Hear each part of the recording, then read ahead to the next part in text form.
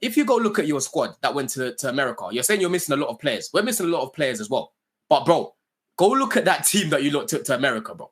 Yeah, that says it. That says everything that you need to know. It's full of just youth. Yeah. We've actually got players that went to America that people know. I don't care. Your team is shitter than ours. This was peak. Don versus Tom on Dan Potter's football's 12th man, discussing, arguing, debating, conversing over who has the better squad, Chelsea or Liverpool.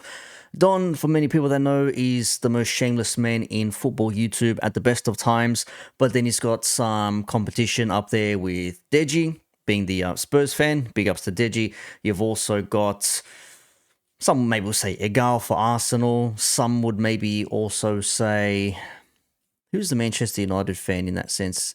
I know there's a fella that's on the Man Dem Talk show on Said's channel, but I can't remember what his name is. But there's one dude who always backs the players no matter what, like we're good in this and that. Anyways, not the point.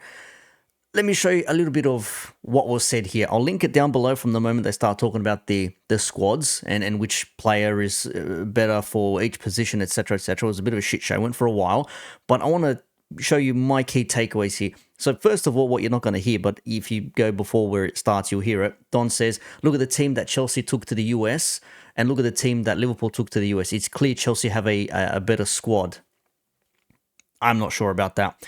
But he also says that Chelsea had a better squad than Liverpool last season.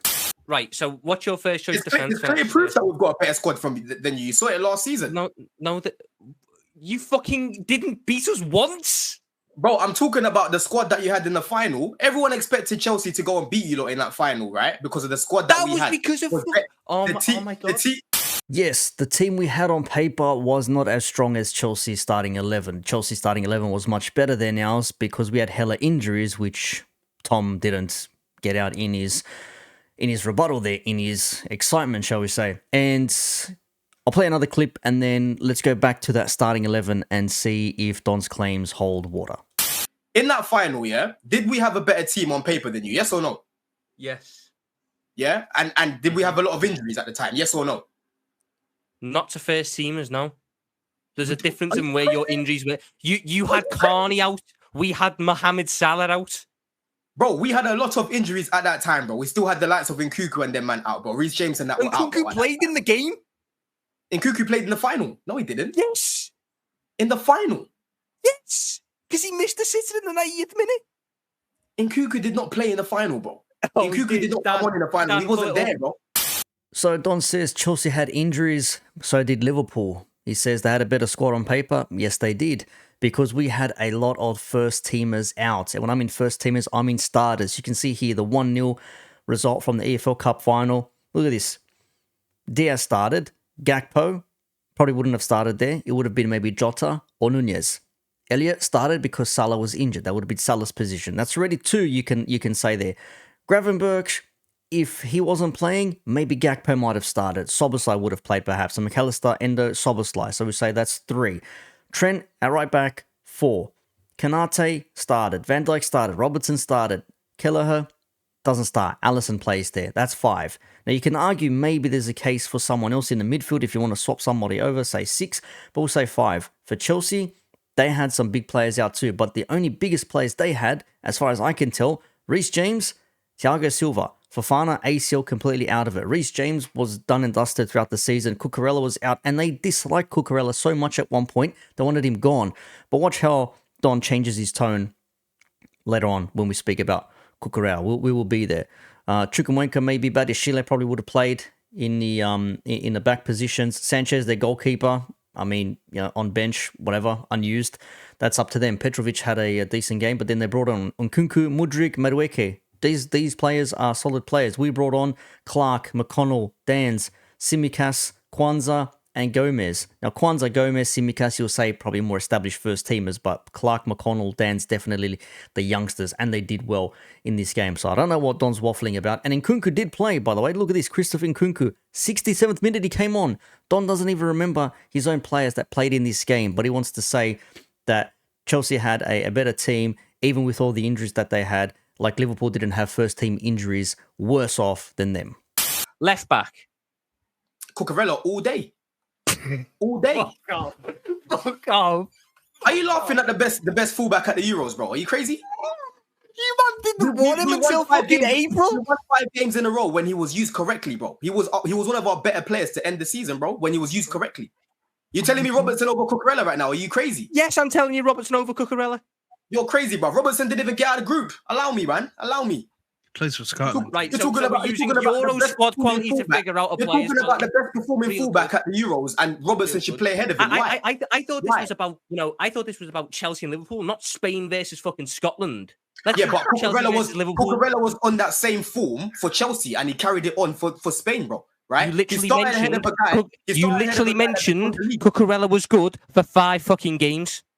I'm pretty sure, I'm not going to say wholeheartedly 100% think this is the case, but I'm pretty sure that a lot of Chelsea fans were absolutely seething at Cucurella in some moments at the halfway through the point of the season for his performances. I'm pretty sure that was something, but now they want to say because he had a good end of the season and he had a good game at the Euro, obviously, now he's got the whole Estella or Estrella ad campaign, whatever that is on the song they made. Now he's going to say that Cucurella is hands down in the left back position. Now I'm not going to say definitely Robertson is, that's not what I'm saying, but to say that Cucurella gets in there because he had a good couple of months all of a sudden, as opposed to the whole overall season and what they've done prior to that, that's a lot of shamelessness for me. A lot of shamelessness. Absolute shamelessness from Don, in my opinion at least. Again, I'm not saying Robertson goes in there, but it's not as simple as, oh yeah, Cucurella, yeah, he was fantastic. They act like they didn't want him gone and he was shitting and saying, bro, this guy's absolutely rubbish. He does nothing around February, March of the past season. I don't know. Oh, right back. Brother. Reece James or Gusto.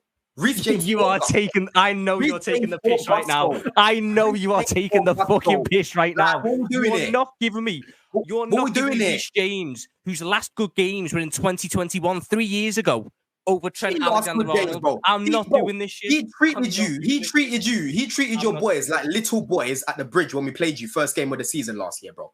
Gusto, statistically, was the best performing fullback in the league last year, in his first year. Oh my God, we're using statistics on a fucking defender.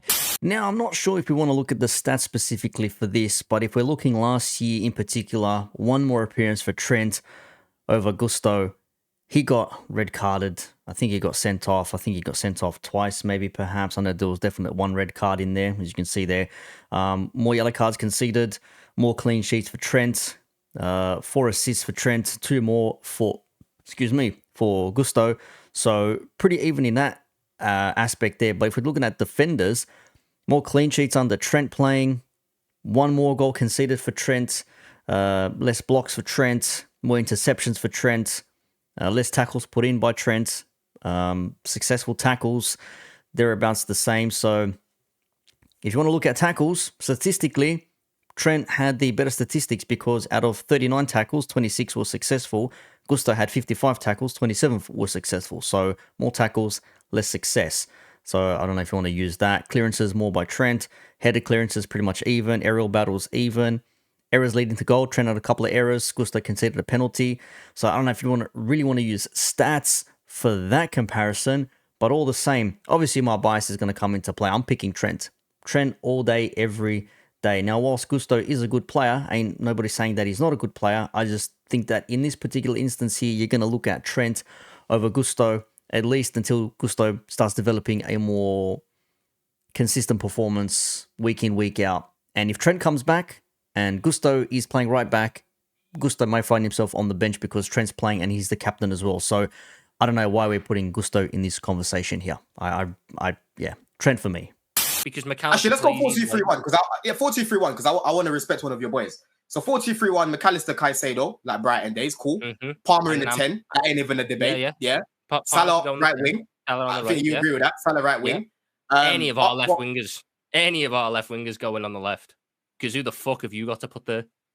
Left wing is bro, it's meaty. You know what I'm saying? Like you lot's meaty as well. So I don't know why you're trying to move mad about it, but listen, I'm gonna take a page out of the Don book. Did you watch Cody Gakpo during the Euros? He was one of the best attackers in the Euros, therefore he's better than anyone else.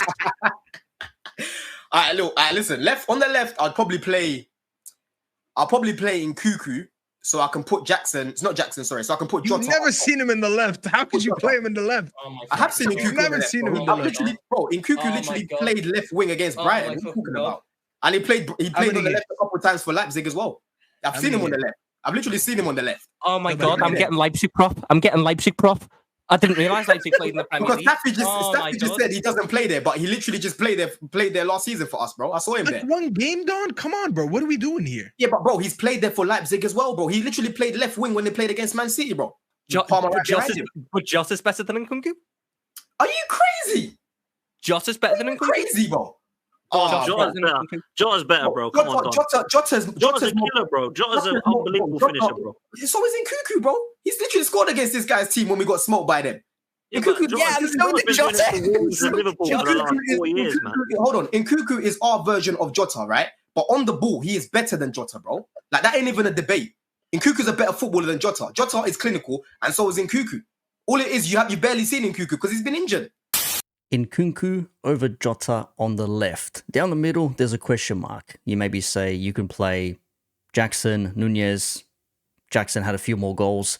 Overall, there's an argument to be had there. On the left side, though, Gakpo plays.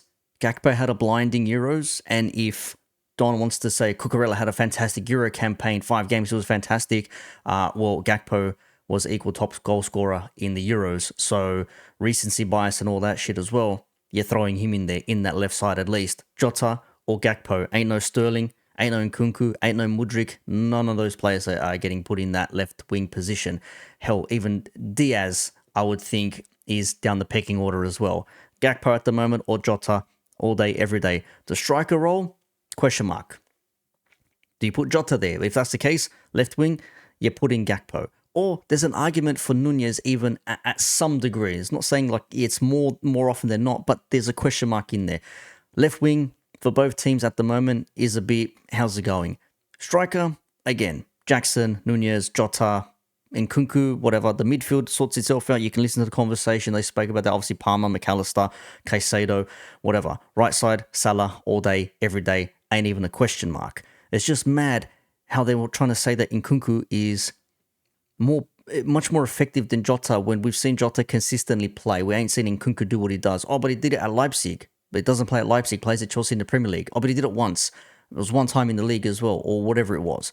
That doesn't prove anything. Nunez played on the left wing. Are we going to say we're going to throw him on the left wing now specifically because he played there a couple of times? No, that's not his position. He's more of a striker. He can play out there. I've not seen Nkunku do something like that on that left wing. I could be proven completely wrong. We all may be. We'll see what happens.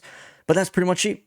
As quickly as and precisely and concisely as I could make this, that was that there. Absolute madness. I mean, Don will defend his team no matter what. I mean, fair enough. Fair play to him.